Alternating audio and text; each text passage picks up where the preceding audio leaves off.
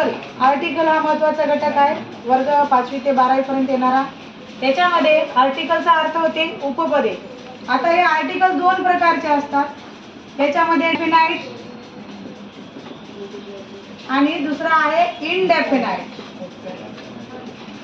याचा अर्थ काय होते? डेफिनाइट आणि इनडेफिनाइटचा निश्चित आणि अनिश्चित. आता डेफिनाइट मध्ये कोणते आर्टिकल येतात? फक्त द येते. याच्यामध्ये अ आणि आन. तर आता याचाच वापर आपल्याला इथं करायचा आहे. लक्षात घ्या. आता काही उदाहरणं आपण घेऊ. आधी सगळ्यात आधी लक्षात ठेवा, vowels A E I O U हे जे वावेल आहे, ज्या शब्दासमोर वावेल्सने वाक्याची शब्दाची सुरुवात झालेली असेल त्यासमोर आर्टिकल आन हे वापरावे. समजायला का? ए ई आय ओ यू हे याच्याने जर शब्दाची सुरुवात झालेली असेल या वॉवेल्सनी, तर आर्टिकल कोणतं वापरायचं? आन वापरायचं. हे बघा, आता उदाहरण घेऊ तर आपल्याला तुम्हाला लक्षात येईल.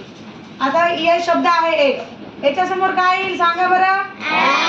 बरं, सुरुवात झाली इन म्हणून याच्यापैकी याच्यामध्ये काय घ्यायचं? त्याच्यानंतर ओ दिसायला येतं ए ई आय ओ यू, मग याच्या समोर काय येणार?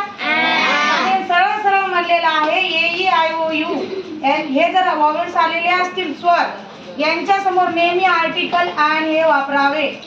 आता इथं ऑनियन आहे, ऑनियन ओ उच्चार झालेला असेल तर काय वापरायचं? आन हे आर्टिकल वापरायचं. वन व आणि यू चा उच्चार झालेला असेल बाळांनो, व आणि यू चा उच्चार झालेला असेल तर त्याच्या समोर आर्टिकल काय वापरायचं? नेहमी ए वापरायचं. 1 रुपी नोट, कळलं का? 1 रुपी नोट, मग इथं काय येते? त्याच्यानंतर अम्ब्रेला, इथं काय येते? मग अम्ब्रेला, अम्ब्रेला मग इथं काय येते? येते की आन येते ना, कारण व आणि यू चा उच्चार झाला असेल तर हे आर्टिकल वापरतात.